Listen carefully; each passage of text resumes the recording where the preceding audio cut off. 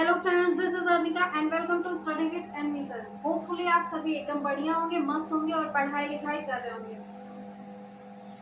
आज की जो हमारी क्लास रहने वाली है वो प्रतिरोधों का संयोजन हम लोग किस प्रकार से करते हैं, यानी कि प्रतिरोधों को हम किस तरह से जोड़ेंगे, इसको लेकर के आज का हमारा टॉपिक होने वाला है।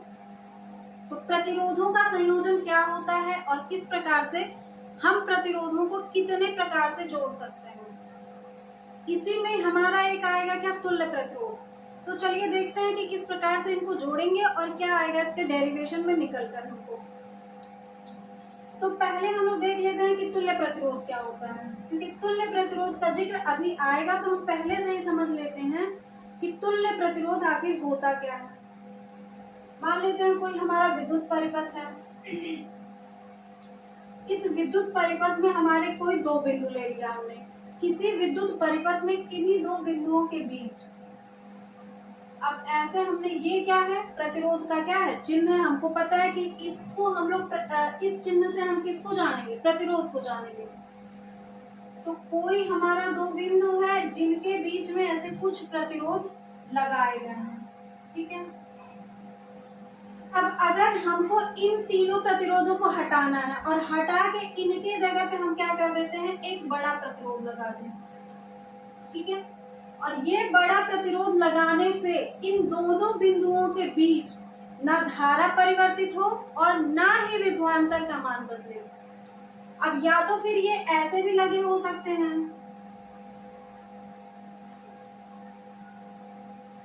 भाई जरूरी नहीं है कि एक सीरीज में लगे होंगे, जरूरी है कि हो सकता है कि ये ऊपर नीचे लगे हुए हैं हमारे प्रतिरोध हों। तो फिर इनको भी हमको रिप्लेस करके क्या करना है, एक बड़ा सा प्रतिरोध लगाना है। यहाँ पे भी एक बिंदु ये है और दूसरा बिंदु ये है। इन दोनों बिंदुओं के बीच में अगर तीन प्रतिरोध चाहे तो इस प्रकार लगाइए, और भी हो सकता है। और या तो हमारे प्रतिरोध कुछ इस प्रकार से लगे हैं दो बिंदुओं के बीच में, इनको हम हटा के एक बड़ा सा प्रतिरोध लगाएं, या तो इनकी जगह पे भी अगर हमको एक बड़ा सा प्रतिरोध लगाना हो जिससे उस दोनों बिंदुओं के बीच ना तो विभवांतर का मान बदले और ना ही धारा का मान बदले, तो ये जो हमने बड़ा सा प्रतिरोध लगाया है इन तीनों प्रतिरोधों को रिप्लेस करके यही बड़ा प्रतिरोध हमारा क्या कहलाएगा, तुल्य प्रतिरोध। तो तुल्य प्रतिरोध क्या होता है, किसी विद्युत परिपथ में किन्हीं दो बिंदुओं के बीच लगाए गए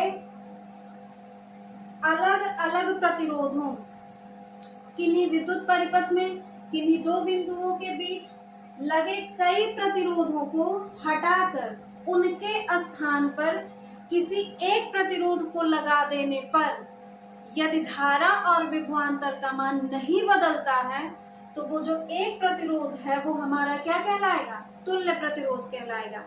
यानी कि हमको तीन की जरूरत नहीं है, हम तीन से भी काम चला सकते हैं और एक से भी काम चला सकते हैं। अगर इन तीनों को हम हल करके कोई एक बड़ा सा प्रतिरोध ले आते जिससे धारा और विभवांतर ना बदले, तो हम तीन अलग अलग प्रतिरोधों को ना लगा के सिर्फ एक प्रतिरोध से ही काम चला लेंगे। भाई जितना हमको तीन प्रतिरोध धारा दे रहा था, अगर वही धारा हमारा एक प्रतिरोध दे रहा है तो हम तीन का खर्चा क्यों करेंगे, एक में ही काम चला लेंगे। तो इसी प्रतिरोध को हम क्या कह लेते हैं, तुल्य प्रतिरोध कहते हैं। तो तुल्य प्रतिरोध हो गया। अब देखते हैं जो हमको पढ़ना है कि प्रतिरोधों का संयोजन। प्रतिरोधों का जो संयोजन मतलब क्या होता है, जुड़ना, यानी कि कई प्रतिरोध जुड़े होंगे।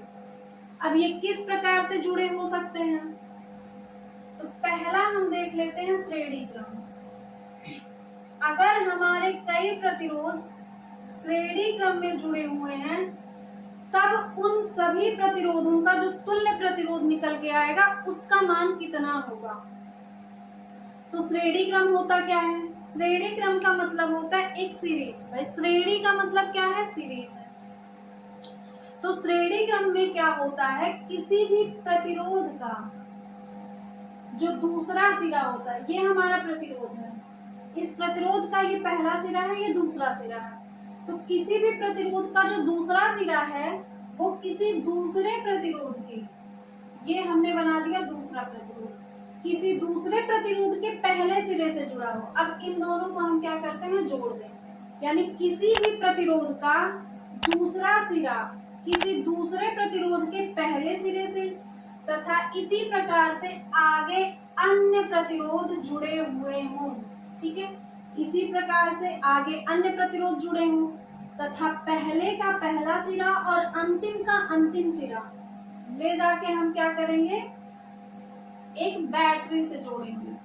बैटरी से जोड़ेंगे तभी तो वहां पे विभवांतर उत्पन्न होगा और धारा प्रवाहित होगी। ठीक है, इस बैटरी में ये जो बड़ी प्लेट होती है ये प्लस टर्मिनल यानी धन टर्मिनल होती है और इसको हम कहते हैं माइनस। ठीक है, इस बैटरी से क्या होगी, धारा निकलेगी। इस धारा को हमने कह लिया आई।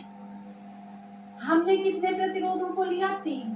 तो हम मान लेते हैं कि पहला प्रतिरोध हमारा R1 है, दूसरा प्रतिरोध हमारा R2 और तीसरा प्रतिरोध हमारा कितना है, R3 है।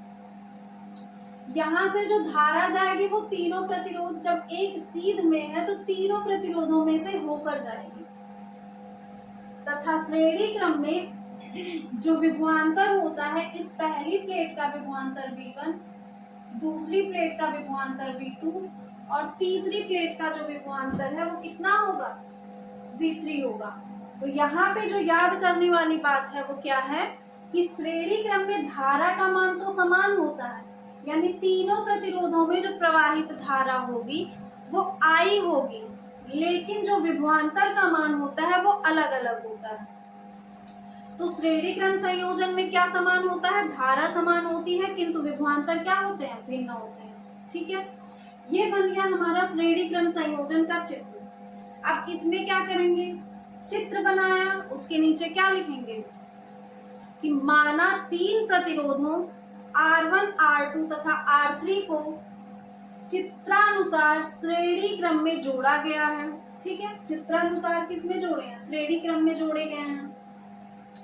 जब इस संयोजन में विभवांतर V लगाते हैं तब जो है तीनों प्रतिरोधों में एक समान धारा प्रवाहित होती है, यानी कि जब इन तीनों संयोजन को एक बैटरी से जोड़ते हैं तो इन तीनों में क्या होती है, एक समान धारा I प्रवाहित होती है। ठीक है, उसके बाद में क्या लिखेंगे, जबकि इनके सिरों के बीच यानी कि इन प्रतिरोधों के सिरों के बीच जो लगने वाला विभवांतर है वो क्रमशः V1, V2 तथा V3 है।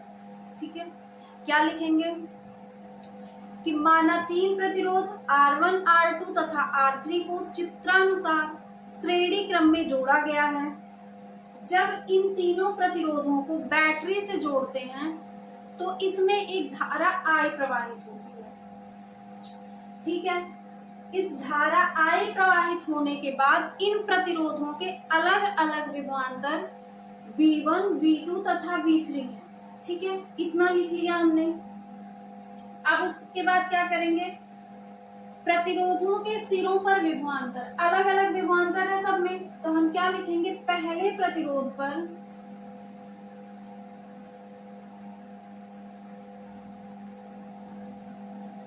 पहले प्रतिरोध का विभवांतर, यानी कि पहले प्रतिरोध पे जो विभवांतर होगा उसका मान कितना होगा। तो हम सबको पता है कि विभवांतर जो होता है और धारा में क्या संबंध होता है, ओम का नियम, V बराबर IR। तो इसका जो विभवांतर है, पहले प्लेट का विभवांतर कितना है, V1 है, तो V बराबर IR होता है। प्रवाहित धारा पहले प्लेट में कितनी है, I है, और पहले प्लेट का जो हमारा प्रतिरोध है वो R1 है। ठीक है, यानी कि V1 बराबर हो जाएगा I इंटू R1। अब इसी प्रकार से हम दूसरे प्रतिरोध का भी विभवांतर निकालेंगे। ठीक है, दूसरे प्रतिरोध का विभवांतर कितना होगा, V2 हो जाएगा। दूसरे प्लेट पे कितना विभवांतर काम कर रहा है, V2। धारा सब में समान है लेकिन प्रतिरोध का मान कितना है इसके लिए, R2 है। और अगर बात हम तीसरे की कर लें तो तीसरे प्रतिरोध पे जो विभवांतर है उसका मान V3 है और इस बार भी V3 का मान कितना हो जाएगा, IR3 हो जाएगा। ठीक है,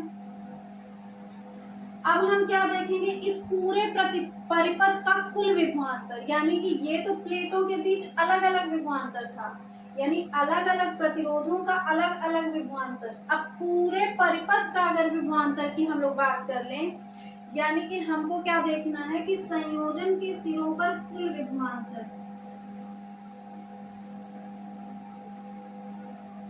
संयोजन के सिरों पर कुल विभवांतर, जो विभवांतर का मान होगा कुल विभवांतर वो सबके अलग अलग विभवांतरों के योग के क्या होगा, बराबर होगा। यानी कि V बराबर V1 plus V2 plus V3 हो जाएगा। अब V1 का मान हमको पता है कितना है, IR1 है। V2 का मान कितना है, IR2 है। और V3 का मान कितना है, IR3 है। अब इसमें भी I है, यानी कि तीनों में क्या है, I हमको दिख रहा है, तो I को हम ले लेते हैं कॉमन।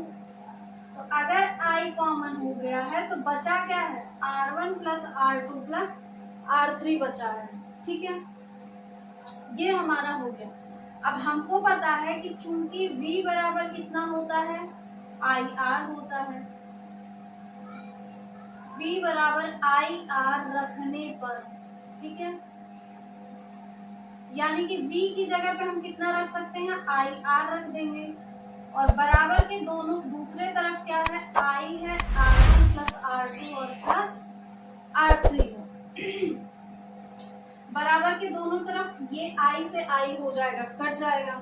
बचा क्या हमारा, R बराबर R1 plus R2 plus R3, R बराबर R1 plus R2 plus R3। यहाँ पे ये जो R है ये क्या है, हमारा तुल्य प्रतिरोध है, जिसकी चर्चा हमने शुरुआत में की है। अब तुल्य प्रतिरोध का मतलब यही तो हुआ कि अगर श्रेणी क्रम में तीन अलग अलग प्रतिरोध लगे हुए हैं तो उनका तुल्य प्रतिरोध उन अलग अलग प्रतिरोधों के योग के बराबर होगा।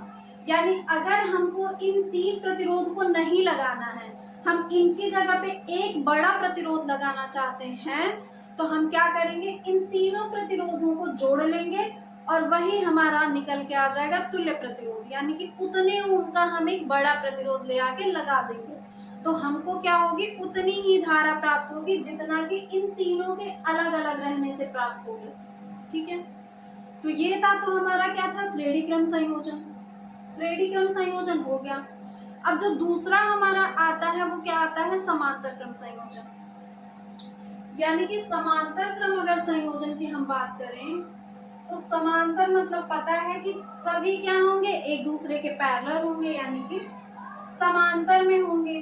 तो दूसरा जो हमारा आता है वो क्या आता है, समांतर क्रम संयोजन।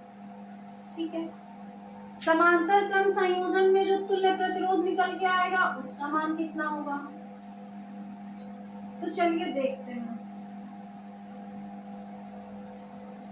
पूरे चैप्टर में इससे आसान डेरिवेशन, हम कह लें पूरी किताब में इससे आसान डेरिवेशन है ही।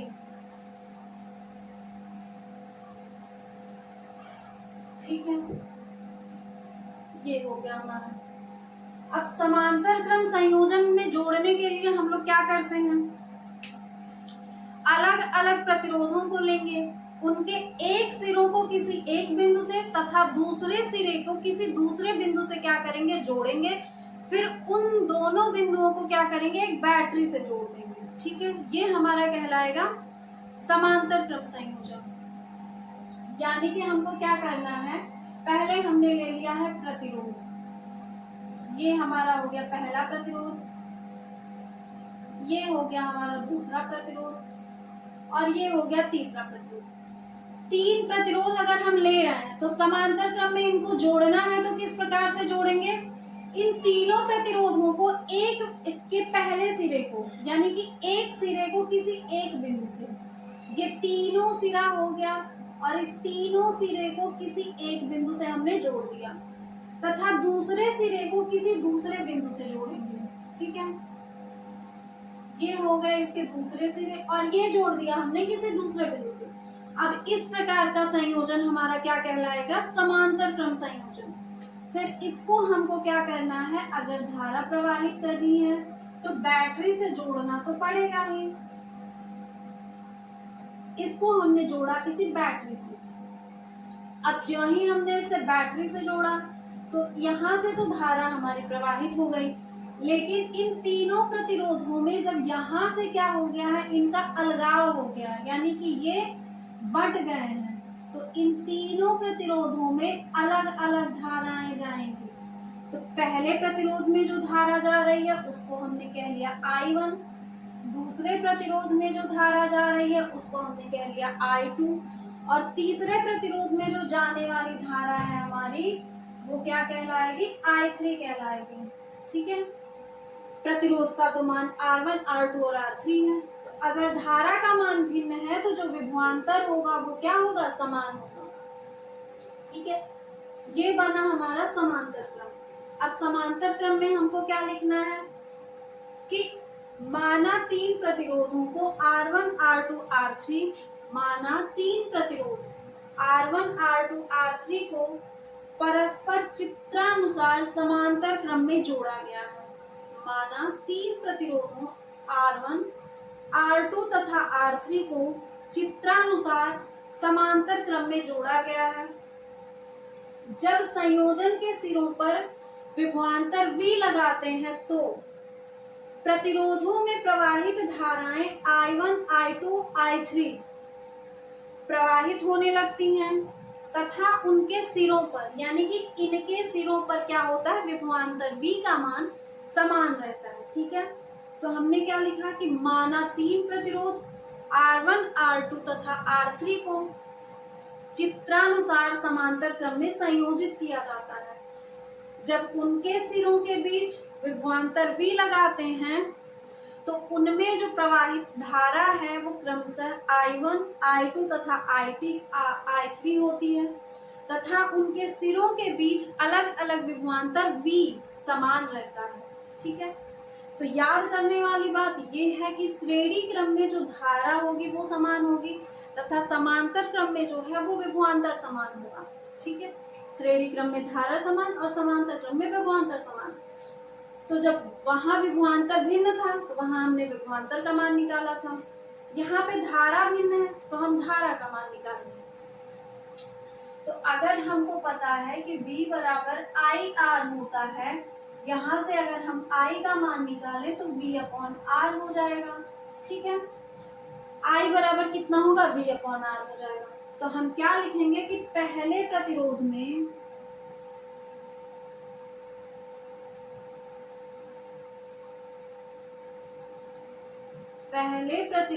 प्रवाहित धारा, पहले प्रतिरोध में जो प्रवाहित धारा होगी, धारा का मान भिन्न है तो इसलिए जो धारा होगी वो I1 होगी। I बराबर V/R होता है तो विभवांतर समान है किंतु प्रतिरोध जो है वो भिन्न है, तो V/ कितना हो जाएगा, R1 हो जाएगा। इसी प्रकार से बात कर लें अगर दूसरे प्रतिरोध में प्रवाहित धारा की, तो जो दूसरे प्रतिरोध में प्रवाहित धारा है वो कितनी है, I2 है, और दूसरे प्रतिरोध में भी विभवांतर समान है किंतु जो प्रतिरोध है वो R2 है। इसी प्रकार से तीसरे प्रतिरोध की बात कर लें तो तीसरे प्रतिरोध में जो धारा हमारी निकल के आएगी वो V/ कितनी हो जाएगी, R3 हो जाएगी। अब पूरे परिपथ की जो धारा होगी, ठीक है, पूरे परिपथ में प्रवाहित धारा, जो पूरे परिपथ में प्रवाहित धारा होगी वो अलग अलग धाराओं के योग के बराबर होगी। और यहाँ से इन अलग अलग धाराओं का हम क्या करेंगे, मान ले आके रखेंगे। पहला क्या है, V/R1 है और दूसरा क्या है, V/R2, और इसी प्रकार से ये क्या हो गया। अब हमको दिख रहा है समीकरण में V कॉमन है, ऊपर से कॉमन लिया है तो ऊपर एक बच जाएगा और यहाँ पे बच जाएगा R1, R2 और R3, ये बचा I। अभी हमको पता है I बराबर V/R होता है तो यहाँ पे लिखेंगे कि I बराबर V अपॉन R रखने पर, I हमको कहाँ दिख रहा है, यहाँ दिख रहा है, इसकी जगह पे हम क्या रख देंगे, V अपॉन R रख देंगे, और यहाँ पे V पहले से है 1 upon R1 plus 1 upon R2 और प्लस 1 अपॉन R3। ये V से V हो गया कट। अब V से V अगर कट हो गया है तो बचा क्या है, 1 अपॉन R बराबर कितना बच के आता है हमारा, 1/R1 प्लस 1/R2 और प्लस 1/R3।